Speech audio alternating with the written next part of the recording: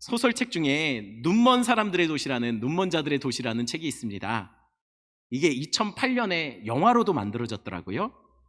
이 소설의 시작은 이렇게 시작돼요. 한 남자가 운전을 하다가 차를 멈춰 세우고 밖으로 나와서 이렇게 외치는 것으로부터 시작됩니다. 눈이 안 보입니다. 갑자기 방금 전까지 운전하던 사람이요, 갑자기 시력을 잃어버려요. 그런데 이게 시작이더라는 거예요. 그러면서 이 사람과 접촉한 사람들이 한 명씩 그 도시에 사람들이 동일하게 눈을 갑자기 멀기 시작합니다. 도시 전체가 난리가 났어요.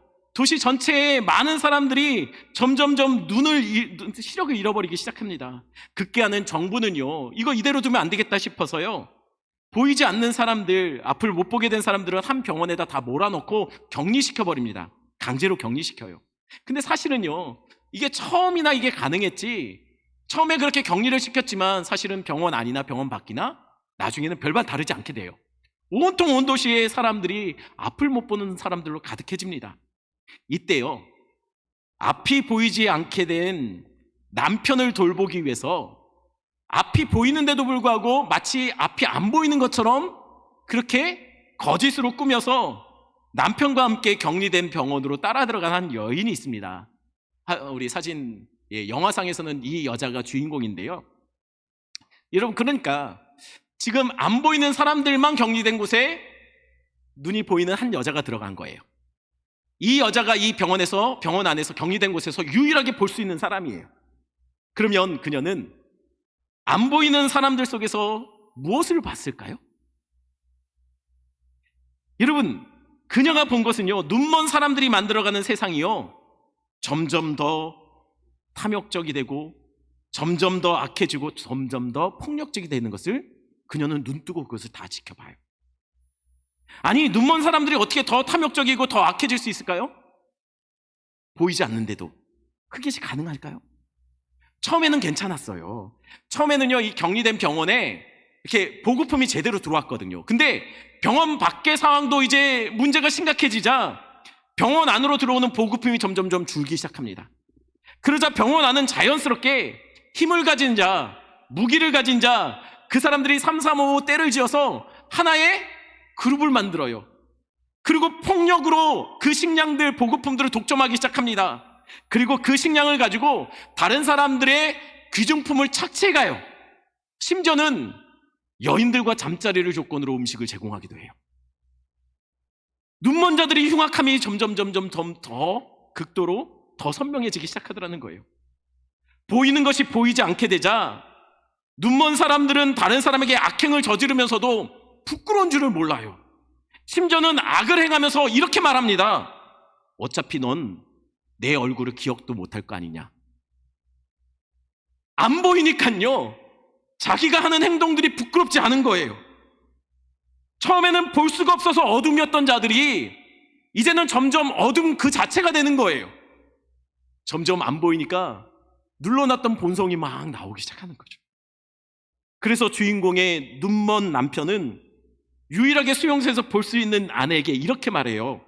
여보, 나는 눈을 감는 것이 무서워요.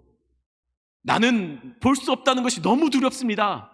그 말을 듣자 눈뜬 아내가 이렇게 답합니다. 여보, 난 눈을 뜨는 게 무서워요. 모두가 눈이 멀게 됐는데 더 두려운 것은 오직 나만 눈 뜨고 산다는 것이 진짜 무서워요. 라고. 맞습니다. 여러분, 다 눈 멀어 있는 세상에서는요, 눈 뜨고 사는 거 쉽지 않아요. 그때는 오히려 그냥 나도 눈 감고 살았으면 좋겠다는 생각이 들어요. 영적으로 다 눈 감고 사는 세상 속에 홀로 눈 떠 그 모든 것들을 지켜보는 것들을 너무 그것이 결코 녹록지 않다는 거예요. 여러분, 이제 각 가정에서 아마 제사 드리는 가정도 있을 거예요. 여러분, 제사 드릴 때요, 영적으로 눈 떠 있는 사람은 힘들어요. 차라리 그때는 눈 감았으면 좋겠어요. 나도 눈먼 자로 살았으면 그게 편하다는 거예요. 왜냐면요, 세상에 눈먼 자들이 사는 이 땅이 만들어가는 것은 온통 어둠 그 자체이기 때문입니다. 그럼 왜 세상은 어둠 그 자체일까요? 여러분, 세상에 빛이 없어서 어둠일까요? 세상에 빛이 없어서 어둠이 존재하는 걸까요? 아니에요. 세상에 빛은 있습니다. 세상 사람들이 눈을 감았기 때문에 세상이 어두운 거예요. 여러분, 눈을 감아도 하지만 빛은 여전히 존재합니다. 내가 영적으로 눈 감고 살아간다 해도 하나님은 계세요. 아무리 귀를 막고 눈을 가려도 하나님은 여전히 우리에게 말씀하시고 하나님은 여전히 우리에게 빛으로 다가오시는 하나님이세요. 그러니 눈 뜨면 되는 거예요. 오늘 본문은 끝까지 하나님께 눈 감고 어둠에 머물러 있는, 그래서 자신이 하는 행동들이 얼마나 부끄럽고 얼마나 하나님 앞에 황당하고 아무것도 아닌, 하나님 보실 때 정말 아유 부끄럽고 창피한 건지도 모르고 끝까지 버티는 한 사람이 나와요. 그가 누구죠? 바로예요. 바로는 오늘 9번째 재앙이 임할 때까지 끝까지 버텨요. 하나님은 자신이 하나님 되심을 나타내 보이십니다. 그런데 바로는 끝까지 영적으로 눈 감고 하나님이 없는 것처럼 기고만장하게 버텨요.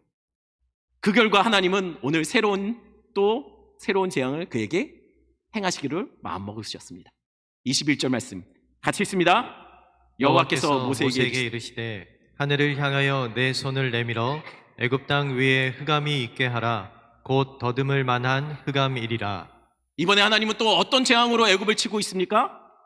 흑암입니다. 사실 하나님이 치셨기 때문에 애굽이 흑암이 아니에요. 애굽이 원래 흑암이었기 때문에 하나님이 흑암으로 던지신 거예요. 어느 정도 흑암이라고 말하고 있습니까? 더듬을 만한 흑암이라고 하고 있어요. 이 더듬을 만한 흑암이라는 얘기는요, 눈은 있지만 볼 수 없는 흑암, 오직 그래서 촉각으로 만져야만 확인할 수 있는, 촉각에 의지해야 되는 흑암입니다. 순도 24K 순흑암입니다. 그럼 이 흑암은 얼마나 지속되었을까요?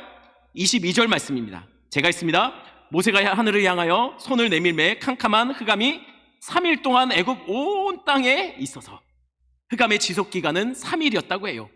왜 3일일까요? 여러분, 왜 3일일까요? 그냥 어찌하다 보니까 3일 됐을까요? 여러분, 우리나라 장례식이 보통 며칠장을 치르죠? 3일이에요. 왜 3일장을 치릅니까? 이전에 의술이 발달되지 않았을 때는요, 의사가 분명히 사망 선고를 했는데 장례를 치르는 도중에 일어나는 사람이 있었대요. 진짜 그런 적이 있었대요. 그래서 우리나라 법적으로 제가 알고 있기로는 죽고 나서 사망 신고가 내리고 나서 24시간 안에 화장을 하면 안 되는 걸로 알고 있어요. 맞죠? 제가 알고 있기는 그렇게 알고 있어요. 왜요? 중간에 아직 확인해 보라는 거예요. 더. 여러분, 그러니 최소 3일은 지켜보라는 의미에서 3일장을 치릅니다. 여러분, 이스라엘도 마찬가지예요. 여러분, 이스라엘에게 3일이라는 숫자는요, 확인의 시간, 검증의 시간이었어요. 그들은 그렇게 알고 있었다는 거예요. 그러니 3일 동안 어둠이면 이것은 무슨 의미입니까? 확실히 사망 선고가 끝난 거예요. 죽은 거예요. 뭐가 죽었죠? 애굽의 신이 죽은 겁니다. 애굽의 어떤 신이 죽었을까요? 애굽의 신 중에 최고의 신, 그것은 태양신 라입니다. 태양신 라가 죽은 거예요. 죄송합니다. 제가 다음 세대 사역을 이렇게 되게 오래 해서요, 제 쓰는 용어가 저렴해요. 그래도 여러분 이해해 주십시오. 애굽의 신 중에 대빵이 죽었어요. 하나님이 대빵을 치신 거예요. 그러면 대빵이 하나님께 죽임당했으면 나머지 떨거지들은 어떻습니까? 해보다 많아요. 끝난 싸움이에요. 하나님이 애굽의 신들과 싸워서 완전히 승리를 선포하신 시간이 바로 9번째 재앙이라는 거예요. 그럼 흑암의 범위는 어느 정도였죠? 흑암의 범위가 어디였습니까? 애굽 온 땅이었습니다. 하지만 이게 하나죠. 23절이에요. 23절 같이 있습니다. 그 동안은 사람이 서로 볼 수 없으며 자기 처소에서 일어나는 자가 없으되 온 이스라엘 자손들이 거주하는 곳에는 빛이 있었더라. 3일 내내 애굽에는 애굽 사람들은 어떤 시간을 보내고 있죠? 한 신학자가 3절을 이렇게 설명을 했어요. 마치 눈이 감긴 것처럼 서로 볼 수 없고 마치 죽은 시체처럼 일어나는 자가 없었다고요. 왜 이렇게 그 신학자는 얘기했을까요? 이게 사실은 누구의 죽음을 묘사하고 있냐면 태양신 라의 죽음, 그 죽음을 묘사하고 있는 거라는 거예요. 태양신 라가 마치 눈이 감긴 것처럼 볼 수 없는 자로 마치 시체처럼 일어나지 못하고 있다는 것이죠. 여러분, 그러니 하나님이 이렇게 하셨다는 거예요. 그런데 이것에 대해서 자유주의 신학자들은 이것을 또 이렇게 설명해요. 애굽에는 매년 초봄이 되면은요, 근처에 있는 사하라 사막으로부터 이렇게 모래바람, 모래태풍이 올라오는데요. 그러면 이때 먼지, 모래 때문에요, 낮이지만 햇빛을 볼 수 없을 정도로 짙은 어둠이 깔리게 된다는 거죠. 보통 이런 모래바람이 한번 불기 시작하면 이틀에서 3일까지도 지속된다고 합니다. 이게 바로 오늘 흑암 재앙의 정체였다라는 거죠. 그럴듯하죠. 여러분 어떤가요? 맞는 말 같죠? 예, 그럴 수도 있습니다. 그들은 한마디로 이게 뭐라는 거예요? 하나님의 역사가 아니라는 거예요. 자연현상이라는 거죠. 그런데 그렇다고 하면 설명이 안 되는 것이 있어요. 뭐냐면 같은 애굽 아래 있습니다. 근데 이 이스라엘 사람들에게는 빛이 있어요. 애굽 사람들이 사는 곳에는 어둠이 임해요. 이것을 그래서 고센 땅이니까 떨어져 있으니까 그렇겠지라고 하는 사람들이 있습니다. 하지만 유대 전승에 의하면 고센 땅에만 빛이 있었던 게 아니라 애굽 사람들이 곳곳에 무리지어 흩어진 곳에도 빛이 있었다라고 얘기를 해요. 여러분, 그러니 이게 모래바람일 수 있습니까? 100번 양보하고 모래바람이라고 하겠습니다. 그럼 이건 더 말도 안 돼요. 24절 말씀, 24절 같이 있습니다. 바로가 모세를 불러서 이르되 너희는 가서 여호와를 섬기되 너희의 양과 소는 머물러 두고 너희 어린 것들은 너희와 함께 갈지니라. 바로가 흑암이 거쳐졌을 때, 아마도 거쳐졌을 때 했던 것 같아요. 모세를 불러드립니다. 그리고 이렇게 제안해요. 그래, 좋다. 가서 여호와께 예배하라. 니들 애들도 데려가라. 그러나 뭐는 두고 가라고요? 소와 양은 두고 가라 라고 얘기해요. 매년 연례 행사처럼 불어오는 모래바람이었다면 우리 알잖아요, 바로가 어떤 사람인지. 바로가 갑자기 모래바람, 매년 있는 모래바람 받고 갑자기 이스라엘을 보내준대요. 여러분, 이러면 바로가 바로답지 않잖아요. 바로가 어떤 사람입니까? 결코 여러분, 주님만 상 같아서 변하지 않는 게 아니라 바로도 상 같아서 변하지 않아요. 늘 그 자리에 있어요. 불신의 자리. 여러분, 바로가 그런데 갑자기 이상해졌어요. 갑자기 말도 안 했는데 먼저 불러서 애들 데리고 가, 괜찮아, 가 라고 얘기해요. 여러분, 뭐가 있었단 얘기예요? 매년 불어오는 모래 태풍 때문에 그런 게 아니라 하나님이 지금 바로를 적당히 치셨다는 얘기예요. 그래서 갑자기 흠칫해서 바로가 모세에게 그래, 떠나도 좋아, 애들 데려가, 근데 대신 양과 소는 놓고 가라 라고 한 거예요. 아니, 그러면 여기서 생각할 게 있습니다. 바로는 애들까지 가라고 했습니다. 지난주에는 애들도 데려가면 안 된다고 했어요. 근데 애들은 이번에 가도 된다고 했어요. 근데 양과 소는 애굽에 두고 가라고 합니다. 여러분, 양과 소를 두고 가면 여러분 뭘 가지고 제사를 드리죠? 재물이 없잖아요. 게다가 양과 소는 이스라엘 사람들에게 어떤 의미죠? 생업이에요. 그리고 애굽에서 이스라엘이 갖고 있는 재물이 거의 없었을 거예요. 그러니 이것이 거의 그들에게 유일한 자산입니다. 근데 양과 소는 놓고 가랍니다. 그러면 바로가 이게 무슨 말을 하냐면 이런 말을 하는 거예요. 가서 예배해. 애들도 데려가. 하지만 출석은 하되 헌신은 하지 마. 희생 없는 예배 드려. 드릴 것 없는 예배 드려. 그런 예배는 괜찮아 라고 한 거예요. 헌신과 희생은 애굽에 하고 너의 마음과 너의 소중한 귀한 보물 같은 것들은 애굽에 두고 몸만 가서 예배하라는 거예요. 여러분, 사단도 동일해요. 우리에게 그래요. 헌신 없는 예배, 몸만 와 있는 예배는 사단도 막지 않아요. 괜찮아, 가. 하지만 희생 없이 드릴 수 있는, 너의 헌신이 없어도 되는 예배, 그런 예배는 드려도 된다는 거예요. 마음과 삶, 너의 가장 소중한 것은 세상에 놓고 세상만 그것을 갖고 섬기고 몸만 가서 예배하는 것 얼마든지 괜찮다라고 말하는 거예요. 여러분, 이 제안을 받고 모세는 어떻게 답했을까요? 25절입니다. 25절 같이 있습니다. 모세가 이르되 왕이라도 우리 하나님 여호와께 드릴 제사와 번제물을 우리에게 주어야 하겠고. 모세가 바로에게 이렇게 말해요. 왕이시여, 당신도 하나님께 드릴 제물이 있으면 주십시오. 여러분, 다 놓고 가라고 했는데 왕도 재물 달라고 하고 있어요. 당돌하지 않습니까? 이게 이런 말이에요. 여러분, 교회 안 다니는 주변에 사람들 있죠? 그 사람들에게 다음 주에 여러분들이 그렇게 해보세요. 똑똑똑, 누구세요? 문을 열면 저 지금 교회 가요. 그러니 혹시 하나님께 바칠 11조와 헌금 있으면 저 주시면 돼요. 제가 가서 대신 내드릴게요. 그러면 옆집 사람들이 너무 좋아하겠죠. 교회는 가기 싫었는데 헌금은 내준다니까 얼마나 고마워요? 그럴까요? 아니면 죄송합니다, 이 미쳤나 하고 쳐다볼까요? 남 얘기니까는 그렇죠. 옆에 절간 다니시는 분이 계시는데 여러분, 그분이 갑자기 여러분 집에 문을 똑똑똑 뚫리더니 저 절에 가요. 혹시 절에 바칠 거 있으면 주세요. 제가 갖다 내드릴게요 하면 여러분도 어떨 것 같습니까? 제정신이 아닌 거죠. 지금 모세가 지금 바로에게 그렇게 말하고 있어요. 나 예배하러 가니 당신도 재물 드릴 거 있으면 달라고요. 게다가 모세는 이런 말까지 덧붙입니다. 26절 말씀 볼까요? 같이 있습니다. 우리의 가축도 우리와 함께 가고 한 마리도 남길 수 없으니 이는 우리가 그 중에서 가져다가 우리 하나님 여호와를 섬길 것이며 또 우리가 거기에 이르기까지는 어떤 것으로 여호와를 섬길지 알지 못함이니이다 하나. 바로는 다 놓고 가랬습니다. 근데 모세는 왕의 재물 가져가겠답니다.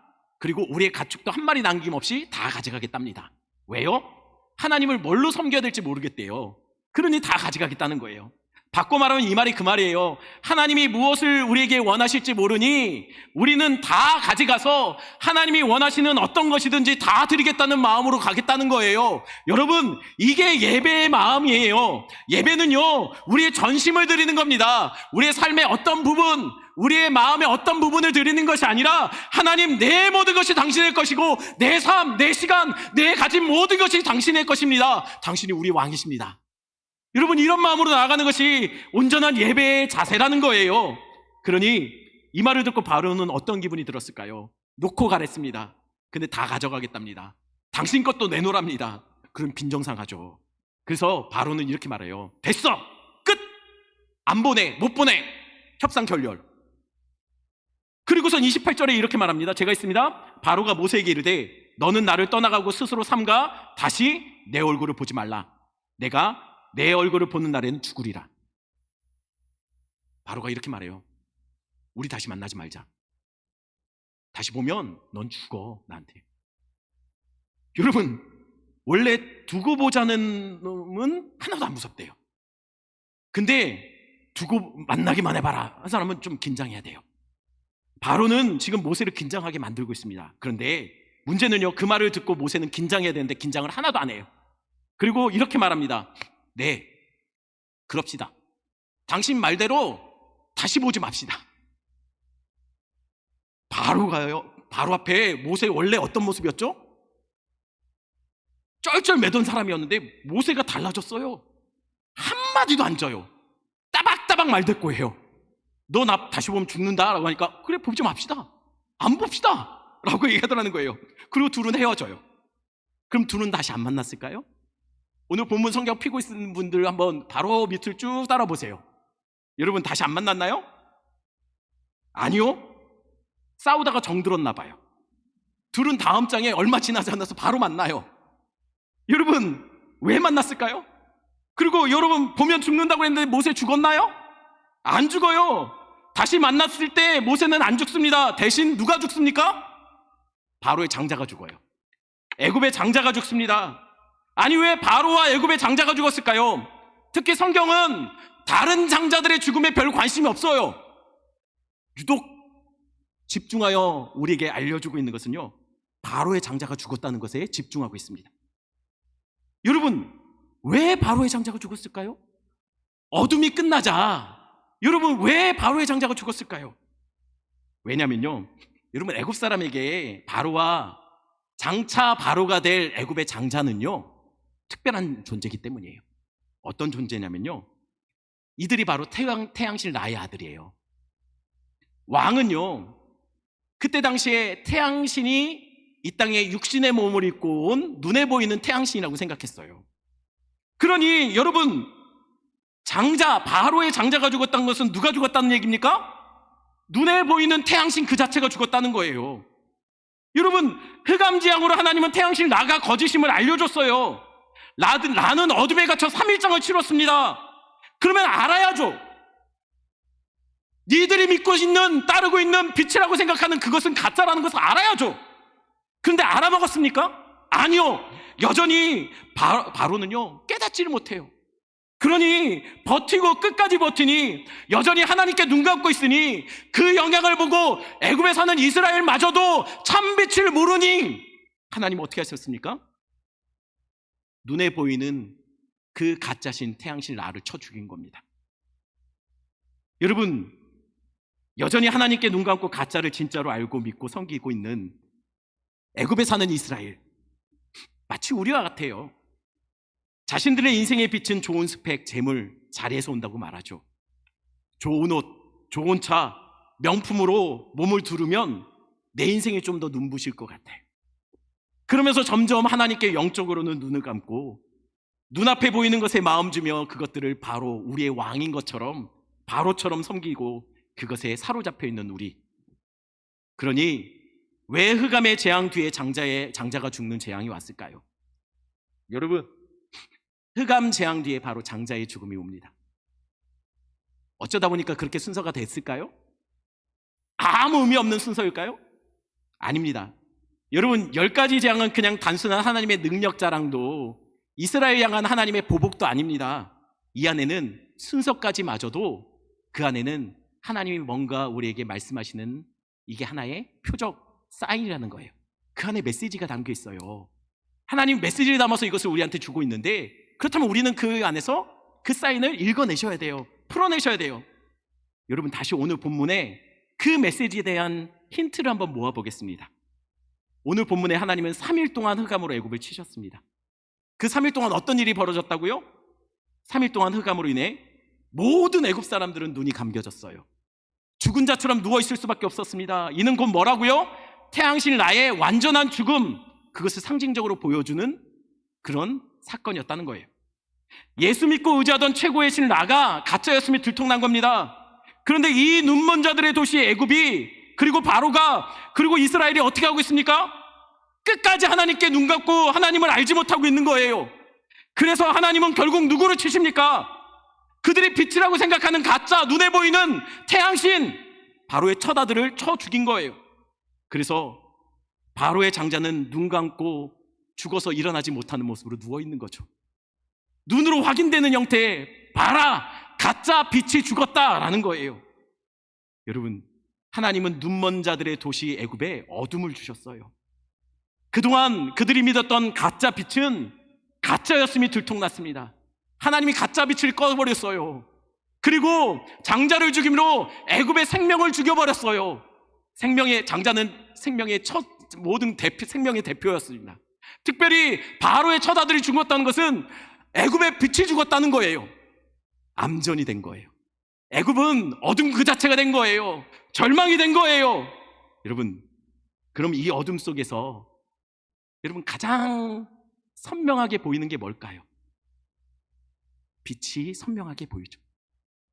이때 누가 등장할 차례일까요? 하나님은 왜 다 불을 꺼놨을까요? 애굽에 그들이 빛이라고 생각하는 모든 것을 다 끊어냈어요. 그리고 이제는 온통 어둠 속에 하나님은 이제부터 일하기 시작합니다. 진짜 빛이 등장할 차례가 됐어요. 마치 태초에 하나님이 가장 먼저 만들어 놓으신 게 뭐죠? 빛이 아니라고 했어요. 천지입니다. 근데 그 천지의 상태가 어떤 상태라고요? 생명이 살지도 않는 상태예요. 그래서 온통 어둠이에요. 깊은 어둠, 그리고 깊은 물로만 잠겨져 있는 죽음과 같은 상태.